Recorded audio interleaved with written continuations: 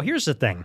When something like that happens, these like interracial killings, the only thing you're allowed to say as a white person is, well, if the shoe were on the other foot, there would be outrage. You know, that's the only thing you're allowed to say. They say, if it was George Floyd, people would be marching, rioting. When a white kid is killed, no one does anything. Right. Yeah. And I said, you know, but that's really not saying anything. You know, that's a sentiment which it really just says, well, the left is hypocritical. There's a double standard on race. But it doesn't really express, in my opinion, what white people are feeling. What white people are feeling is, why are we putting up with this stuff? Right. You know, and it's like you said, you move to a white neighborhood, you make money. We live in America. It's 21st century. We don't want to deal with these problems. Right. And it just so happens that it is these young black adolescents that's doing it in Chicago and wherever. And so I went on my show after that killing and said, you know, like, we're just kind of done with that. We don't want to live near this. Because here's the problem as a white person. You can either be Daniel Penny or Austin Metcalf. You can either be someone that takes a stand and defends yourself, or you make a rash judgment and you're either in jail or you're a racist. If you defend yourself, you get charged with murder by a liberal DA, or if you're wrong, then you're a white supremacist, racist, you're super judgmental, you're canceled. Yeah, you can't just be a white guy who made a mistake. Exactly, exactly. And then on the other side, if you're not racist enough or not careful enough, if you're Austin Metcalf, you make the mistake of confronting the wrong black adolescent, you're dead. You forfeit your life. And if that's how it's going to be, who wants to live in that neighborhood where you're walking down the street at night and you look over your shoulder, if you cross the street, and it's a good black person, you're a racist. If you don't cross the street and they're a predator, you're dead. It's no win situation, right? So, a predator.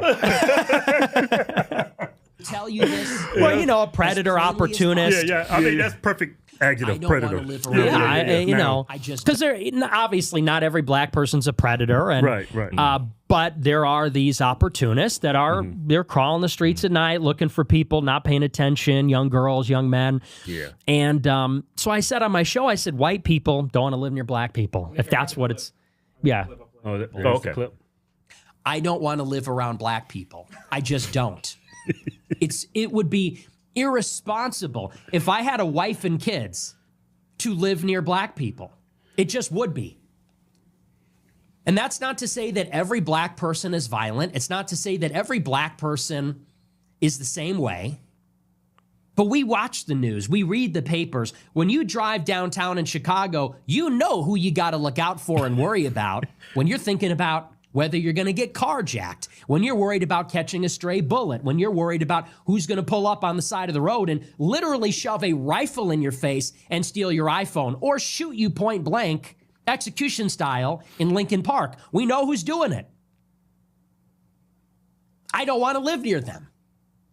I don't want to be near them. They make me nervous. That's a survival instinct. And the way this story unfolded, it's sort of interesting.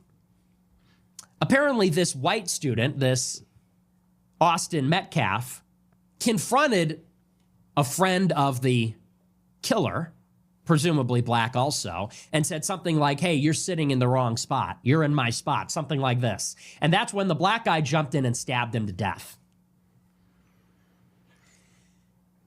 Unfortunately, we just don't know. When you're on the subway, when you're driving in your car, when you're in the city streets, you don't know whether the black person in proximity to you is one of the good ones or one of the ones who is going to summon an unbelievable, I mean, literally, for people like us, an unthinkable level of spontaneous brutality, senseless and merciless violence in an instant. We don't know. There's ambiguity. You're sitting on a subway. You look across. You see someone acting strange or aggressive. Is this someone who is going to pull out a knife and in 2 seconds slit my throat and kill me? Or is this just someone who's having a bad day? We don't know. I'm not willing to risk my life to find out. It's not worth it to me. I'm not willing to put myself in a position to find out. Scott Adams couldn't have said it no better himself. Hey everybody, it's your only 2 favorite black guys, and we got a new favorite giveaway. This Jeep Rubicon, candy apple red. Yeah, lifted. Yeah, fully loaded. Hey fellas, women love Jeeps. This is crazy. And the reason why we do this, because y'all support us. So we're gonna support you. You know, we're some good guys. Even if we are black, we like to give back. Y'all support us, so we give back to y'all. Who else doing this? Ain't nobody doing that. But y'all are paying my bills, I ain't gonna lie. Y'all want me on food stamps like all the rest of them niggas? I'm working for my money. Go to officialhodgetwins.com. Anything you buy on our site, get you automatically entered to win all our giveaways. No purchase necessary. All but prohibited. See official rules for details. Yeah. Because what you was pretty much trying to explain to everybody, you're talking about urban black neighborhoods. I don't want to live in an urban black neighborhood. Yeah. Right. I don't want to. Black people that become rich and famous, they don't want to live there neither. Yeah. But it's a problem when you say it. Yes, right, exactly. Nobody wants to live in the hood. Nobody. The And those poor things people- happen in the hood to black people all the time. Yeah, poor people who live in the hood, they don't want to live there, but they have no options. They don't have no means to get out. So They stuck. I don't know. I remember I was in the Marine Corps. I lived in San Diego. I was like 1920, and I lived in a black neighborhood. I came out because I would leave to go to work at like 4 in the morning. There's a bullet hole in the side of my Geo Metro. Yeah. Had a lime green Geo Metro.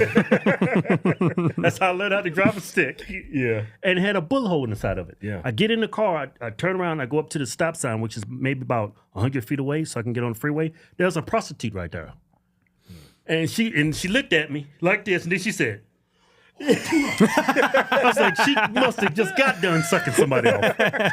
And I lived in black neighborhoods, and I was like, when I was growing up, I said, man, when I get the money, I'm going to go live in the white neighborhood. Yeah. That's the thing. Yeah. Black people don't want to live in black neighborhoods. But it's only problem when white people say it, though. Right. Well, and here's what I always say. The problem is not black people's blackness, which is the issue. If you guys move next door, it wouldn't be a problem because I know you guys are going to be gangbanging or whatever. But hey, let me push back on it. I wouldn't. If I was you, I wouldn't trust me. Yeah. Some things you just can't deny. I mean, we still got that gene. Well, if I just saw you, I'm not homeless. I wouldn't trust that. Yeah.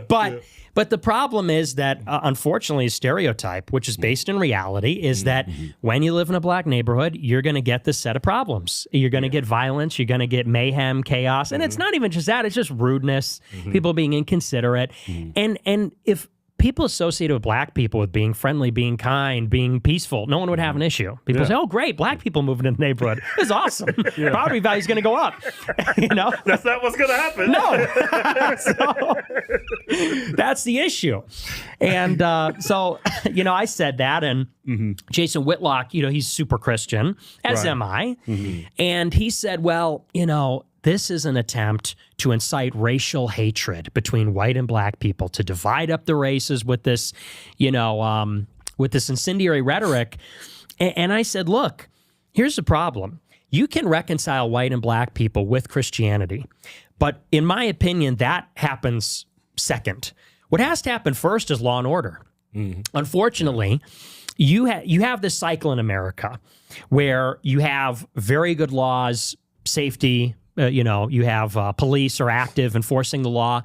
And then you get the activists that come in and say, oh, there's too many black people in jail, too much police brutality. So people say, all right, we're going to ease up. We're going to, mass incarceration is a problem. Police brutality is a problem. We're going to let them go. Then the violence gets out of control. Then you get, the crack epidemic. Then you get, the 80s, 90s. People go, it's out of control. We need the crime bill. We need the cops back on the street. We need stop and frisk. So then it's good for, 20 more years. Some people say, police are racist. We got to get rid of the cops. I think that was a good law they passed. It Stop is. and frisk, it is. To get criminals 100%. on the street. Yeah, but this is the cycle. It's like this amnesia where it's that classic meme. Good times create weak men create bad times. Sort of like good crime laws create good times. Good times make people think the crime laws are racist, and then There you go. the cycle repeats. Right. So so what I'm saying is, enforce the laws. And by the way, the biggest beneficiary would be the black people themselves. It's like you said. Who's hurt by this? Occasionally it's white people. But the vast majority of people that are killed are black people. Right, The people that live in poverty are the black people. It's those neighborhoods that can't have a Walmart because of all the shoplifting. So you enforce the laws. Unfortunately, there's going to be disproportionate, representation. There's going to be more blacks in jail. But you got to arrest every lawbreaker. And then once you get the worst of the worst off the streets, the worst predators, opportunists, then you can reconcile the people with Christianity. But, if you want to evangelize to these people in Chicago, I mean, be my guest. But I don't think you're going to get through. When you see these videos, unfortunately, a lot of them are just lost. And, I mean, they made a whole show around that. First 48? That's a documentary of the culture of black folks. Have you seen it? No. You haven't seen the first 48? No. It's on that show made me racist. It's like it's the first 48 hours. They just track the point where somebody's killed and the first 48 hours of the investigation. Primarily, you see black people killing black people. But there are some white people. Yeah, like 1 out of every 100. Yeah, but it's predominantly just... I mean, of and course. they're killing of each course. other over the most trivial things. It's just... It's shocking. Yeah, the reason why black people have something against your message that you showed is because they don't believe that black people are dangerous any more than white people. They actually think you are being racist by making those accusations that don't exist, but they're 100% factually true. That's why what you said does not bother me at all. I know it's true. Yeah. Because you pretty basically talking about I'm a black male.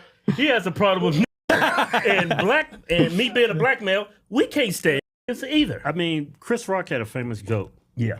And it was funny as hell when he said it, but... Let's go to that tweet, man. You made a great point when y'all was going back and forth.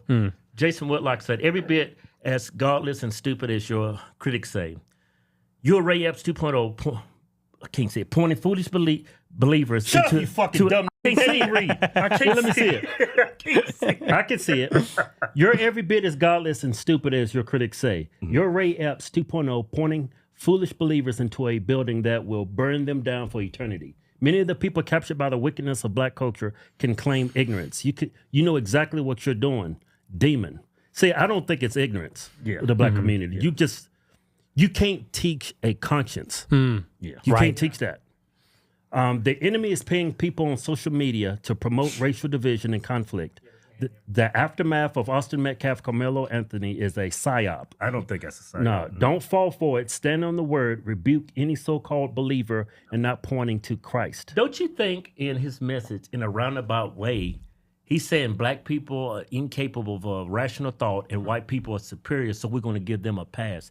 Pretty much he's saying black people are inferior to whites with that message. Because I don't think they can claim ignorance. Right. Yeah. Black people are not vegetables. They know exactly what they're doing. Yeah, that's exactly right. And that's sort of the issue is, you have this new breed of conservatives where they want to hide behind the cross. They're pushing a BLM, woke. It's exactly like you're saying. They used to call it the soft bigotry of low expectations, reverse racism, whatever. And now you have conservatives with the exact same mentality, which fundamentally means blacks have no accountability. Right. Like you said in the tweet, they can claim ignorance. What does that mean? It means they're not culpable. They're not responsible. They have no agency. We can't blame them. Their IQs are very low. Right. They can't help themselves. When they rob somebody, they steal a car. They're wired that way. I don't know. Hey, I think your response to him, I loved your response. What you said. So tired of hearing that black crime is caused by black culture. For some reason, rap music doesn't make white people steal cars and shoot people. Yeah. It only works on black people. That was a great response. Thanks. Yeah. Well, yeah, I mean, and it made me rejudge the things I'm saying. I keep saying about black people. Yeah. Man, it's our culture, it's the music, it's in the movies, but that's just an excuse. Yeah, and he's coming from this point of view that you're teaching white people to be racist. Everything you're saying, they already thinking it. You just got the balls to say it. Right. Yeah. So you're not, white people know what's up. Yeah. They do. Yeah. I knew what was up when I was like 12 years old. Right. I said, I'm going to play with Scott. I'm not playing with freaking Tyrone over there. I mean, the first gun that was ever put on me was at 12 years old, and it was a black kid, and we were on the basketball team together. Wow. Yeah. Going into basketball practice. Yeah. That's crazy. You I know still that? remember that, yeah. Yeah. Yeah. Well, and it's true. That's what I intend to do with the show is, I mean, I'm expressing my opinion, but I'm also speaking for a lot of people that don't want to offend or they don't want to get canceled. And unfortunately, as far as we've come, because people have woken up a lot on a lot of different issues, people are still paralyzed out of fear of being called racist, saying the wrong thing, offending people. And the reality is that I think that race, it's one of those things you're never going to fully bridge that divide. You know, you have white people, you have black people. They're different. They identify differently. And this idea that we're going to be so Christian, we're going to overcome that, or so American, I don't think it's going to happen. And that doesn't mean we have to hate each other. I think we could live in harmony. And I think, you know, we could strive for understanding and empathy. But, you know, the idea that the only reason we're set in conflict is because of racists dividing us or the media or the culture, it's just not true. People are tribal. It's who we are. It's in our genetics. And nothing's going to change that. I think this one Carmelo Anthony case, it really, you know, it should open a lot of people's eyes how tribal we can be, because when Daniel Penny, what happened with him on the subway with that Michael Jackson impersonator, a lot of white people came to his aid. A lot of people came to his aid and donated money to him to help him in his defense, which I understand why. I don't think it was a racist. I don't think then it was because they're racist. But then you look at Carmelo Anthony, where here's a black kid who obviously did something wrong. He should have never had that knife. But you see a lot of black people defending him, not because he was right. It's because they're defending him because he's black. Yep. Almost $500,000 they found. Yeah, it's up to $500,000. Yeah, but if the shoe was on the other foot, the circumstances was the same, just the races were reversed, white people would not embrace what exactly. happened. That's the difference I want to point out when it comes to black and white. Culturally, I mean, spiritually, I mean, you go on Facebook, TikTok, it's black people, black pastors defending that kid's They're comparing actions. Carmelo Anthony to Rosa Parks. Yep. I mean, they're not even comparing apples to oranges. They're comparing apples with hairy nuts. it's like low IQ, low capacity. Yeah. That's the only thing I can really call Yeah, it. no. Yeah.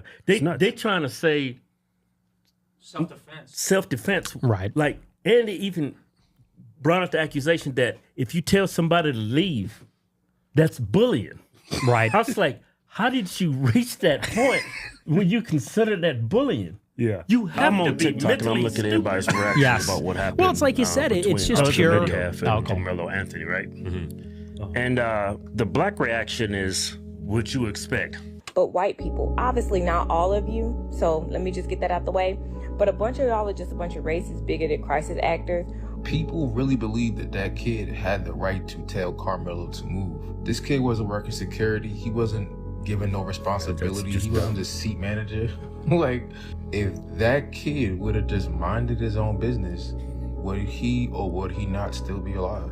Officer got unalive. A lot of people are trying to make it a race issue, and it's not. It has nothing to do with that right there. This was self-defense. And this is crazy. all over TikTok. I see a lot of posts on Facebook talking about this is self-defense. Yeah. From one demographic of people. Yeah, it's all black people.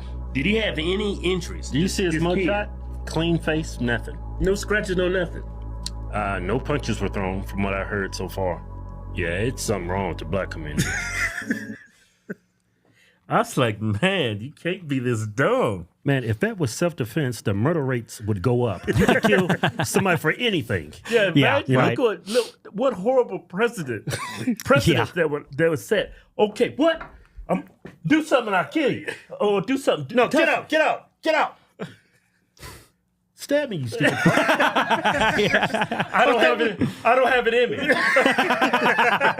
why I didn't respond. I'm done. I guess it's my white side talking to me, but that's crazy, man. It's just that whole case is like, man, I just lose all hope, especially when it comes to the black community, because like, why would y'all even put y'all's name, your brand behind defending a kid who obviously is wrong. Yeah. Dead wrong. Well, it's base tribalism. You know, it's like you said, they're sticking with this guy because he's black. And I think what is barely concealed is a contempt for white people, which is, you know, it's like a racial pride thing. When they say Rosa Parks, they say, oh, the era of white people telling black people you're in the wrong seat is over. You know, Exactly, what's next? A white woman's going to touch a black woman's hair and she's going to get stabbed in the face, you know? Shot in the chest. Right. Don't touch my hair. You can't touch my hair. Your black voice is better than my black voice. So I practice it more. Oh, my mama, I feel you. Oh, my mama. Yeah. But Jason Whitlock, like politically, I align with him a lot. So I don't know. I think he's showing way too much empathy for the black community because he is black.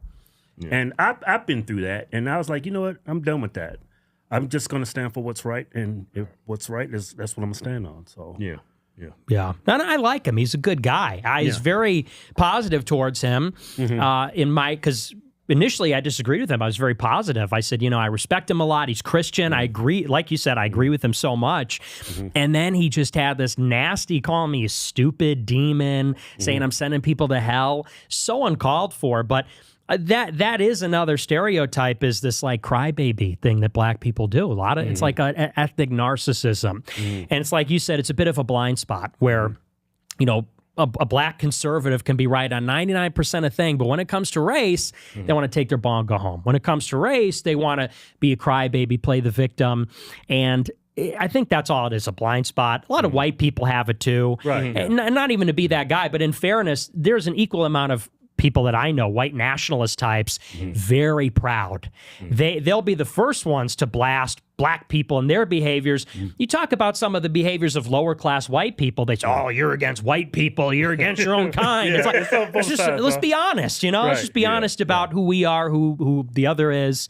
So yeah, that's what I'm about. Just, you got to be honest. I think of what happened with Carmelo Anthony. I could speak from experience. Growing up as kids, we just had this natural hostility towards white people because of the past and what black people have been through. What our parents been through. And what our parents been through. Every day. Stand up for yourself. Don't let no white people push you around. So I think what happened was he was sitting there. I'm just speculating. And then some white kid tells him to get up and move. And it's that's what caused this whole issue. Overreaction. It was race. I think it was race. Yeah. If they're both black or both white, this doesn't happen. Right. I guarantee it. Totally. Right. Just because he's black and we come up and we're raised with this natural hostility towards white people, that's why that happened. Yeah. That's why it happened. Yeah. I don't know why. He went to a rival school. I don't know what the area is like, but he's walking around with a knife. I never did that when I was in school. Frisco, I think, is pretty rough. Yeah. I may be wrong on that. Yeah. Yeah, no, I think you're right. It's a pride thing, you know, because you could totally imagine how that went down. The guy was like a white football Chad, you know, handsome guy comes up and says, hey, pal, you're in the wrong area, you know, or puts his hands on him, something like that. I'm sure some black kid saying, I'm not taking shit from this white guy. And I, you know, I don't know that he intended to kill him necessarily. I don't think he did. Why else would you stick a knife in your chest? That was nuts. Yeah. Have you read the police report? Yeah, I did. They never recovered the weapon, right? I don't think so, no. Yeah, but it's this impulse thing. That's the problem, is these impulsive behaviors where, you know, I'm sure in the moment, but when I say, obviously, if you stab somebody, it's a lethal weapon. Like you can't say I didn't know it could kill somebody, but I'm sure in the moment, that split second, he did the first thing. And now his life is ruined. I mean, deservedly so, obviously, but that is the issue. And I think that is the genetic aspect that people don't talk about. I think that I don't think anybody would disagree. Black people or white people, who has a greater propensity for violence? I think on a genetic basis is black people. In the same way that between Asians and white people, who has a greater propensity for violence? I think definitely white people, you know, and that's just another one of those differences. People attribute it to culture. I attribute it to genetics. It's one among others. Asians, who has the higher IQs? It's Asian people. Then it's like white people. Then I guess it's Latinos. Everybody else, and then black people dead last. I mean, and that's a fact, correct? Yeah, from what I've read up on it, like black people, for whatever reason, and I think when you put anybody in a situation and they have a low capacity to grasp what's going on, that's who's going to commit the most murders, Yeah. regardless if they're white, gonna black, make or whatever. yeah. I just think there's I don't know, I hate to say it, but there's Don't say it. I know what you're gonna say. well, this is what I'll say. Low IQ, you can find it in all people. Right. I just think it's more prevalent in the black community. Yeah, I think so too. It would explain the number of black people in prison, and IQ scores back me up on that. Affirms everything I just said. If you look at IQ scores, it predominantly tells you who's going to be I more don't know successful. what's going on here. It's like this is all over social media, especially with like black women. Yeah. I don't get that. The first thing they go for is that weave.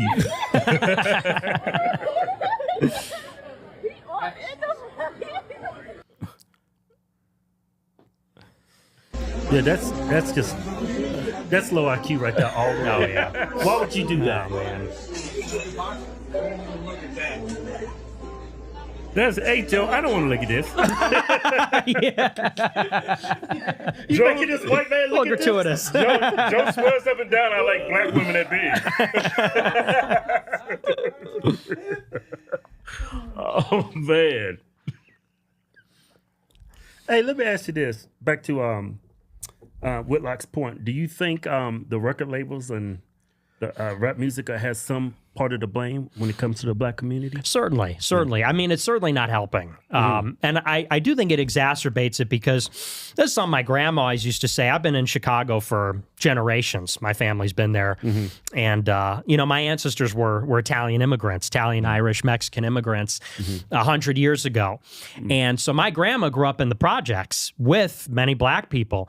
And, she always used to say, that actually, she would look across the window in her project apartment or whatever, and she saw a black family across the way that was more functional than her own family. She said they would hold hands to say grace before they ate, and her household was up for grabs. So That must made her feel really bad. I'm sure, yeah, that's psychologically, right? But, by the same token, she encountered a lot of the same problems you see today, a lot of the same violence. She would get robbed or stuck up by black people in the city. But everybody recognizes anybody who lives with black people in the cities will tell you there is a generational difference that the older black people, in many cases, they couldn't even read. My grandma had a school. They taught cops how to shoot their guns. It was a security school. And so they would license security guards, cops, do firearms training. And they would train up black people that sometimes couldn't read. They were from the Jim Crow era from the South. Right. But she said they were very honest, very decent, very respectful, polite. So culture makes a huge difference. I don't think it's everything. It's certainly not nothing. And anyone that lived, anyone that had that experience living in a city with black people through the generations will tell you the exact same thing. There's certainly a generational component, but I don't think that explains all of it. Yeah. Like all my aunts and uncles and my family, there wasn't a bunch of miscreants. Yeah. It was like polite. They always went to wore church. they always wore suits. Yeah, they always went to church on Sunday. Right. I remember Like, growing there's up. an image. That's what black people used to dress. Yeah. I mean, that was the common thing to do. Yeah. And now, liberals get hold of black people and just turn into progressives, and now this is what you got. Yeah, I got a question. Do you think if just a hypothetical, what would solve a majority of America's problems? Say you as president. Just set them up. No, This is a setup job. I do not want to set you up. I feel guilty. This for trying dude to is wearing ask- a wire. What do you think would solve a majority of America's problems? I think, personally, for your answer, I think we listen to women too much. Oh, yeah. I think a big problem America has right now is we have too many women in power, and look what happened when we got too many women in power. We got men in women's bathrooms and that sports is just Women women can't just even- think different, so different than a man. That's a huge part of it. I mean, you can start with women. You can go to the media. You can go to immigration. I mean, the problem is we can all recognize the country's been getting worse. Yeah. A lot of things, there was seismic changes 100 years ago. Technology, suffrage, more people voting, more people participating, a lot of immigrants from non-white countries coming here. Things are getting worse. and we're just doing the same things. It's like, you don't think maybe we put a pause on some of the things that have changed that might have led to some of these things? But I mean, the women's a huge part of it because, like you said, they think differently. They're way more empathetic, way more, and they're kind of just like suckers, you know? Like I men. like how you said that. That was perfect. Suckers. Because they're not necessarily dumb, although many of them are, but, you know, because some of them could be very smart, but they just don't have this quality that men have, where men will say, nah, that's bullshit. You know, you're lying. Women don't have that. Women will listen to any story, any sob story and go, oh, you know, filled with empathy and emotion.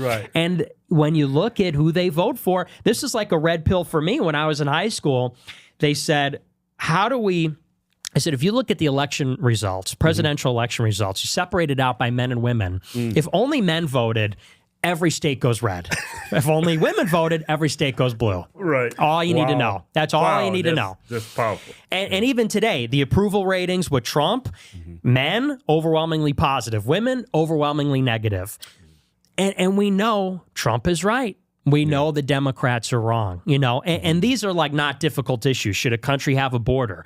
Can a country run an infinite deficit? Can we have entitlements? You're paying people not to work. Like, no, we can't do any of these things. But women, they think that we can. And that's a huge source of the issue, certainly. The diversity is a big part of it. The anti-racism, you know, not for nothing, but those pictures you show, that was a time when the society was immensely racist. Seems like it was better for both sides, actually. And that's not to say, important distinction, it's not to say we're in, you know, because people like to say, make America great again. What, you mean slavery and lynching and, you know, racial hatred? It's like, no. Obviously, I'm not a sick person. I'm not a cruel person. I don't want to see people get murdered for their race or their ethnicity. But you know, what did change, now that people have to walk on eggshells, now that people are afraid to enforce the laws or tell the truth, now there's no rules. Now there's no accountability. You could say that maybe in the old days there was an excess of justice and it fell into cruelty. It fell into, you know, brutality. Now we have an excess of mercy. And you could see which one is worse.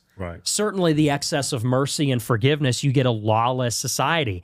And I would rather be on the other end of a brutal cop than a brutal thug. And it's sort of an interesting distinction, right? Because you hear police brutality. Yeah, police can be brutal, certainly. I wouldn't want to be on the other end of that either.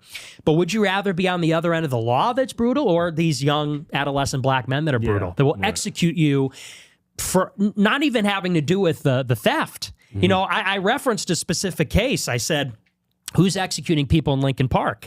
There's a case where they mugged a guy in Lincoln Park, which is a nice white neighborhood, stole his iPhone, demanded the password, and then they shot the guy point blank execution style. Now, why do you kill this guy? You got his iPhone, you got the password, you got what you're looking for. Why then do you kill this guy? Shoot him in a defenseless person. That is far worse than any brutality from the police, you know, or from the state. Yet no one wants to talk about that brutality. Here's our new giveaway. Get out of the way. Woo! That's beautiful, right? Dodge Challenger, Hellcat. Look at the tires. It's a V50 in this. It's supercharged. Wide body, it means it grabs the road. You can't flip this. Look how sexy this car is. You can look like Stephen Hawking and still pick up a chick in this car. Go to officialhodgetwins.com. Anything you buy on the site gets you automatic. Enter the win. No purchase necessary. All word prohibited. See official rules for details. Yeah.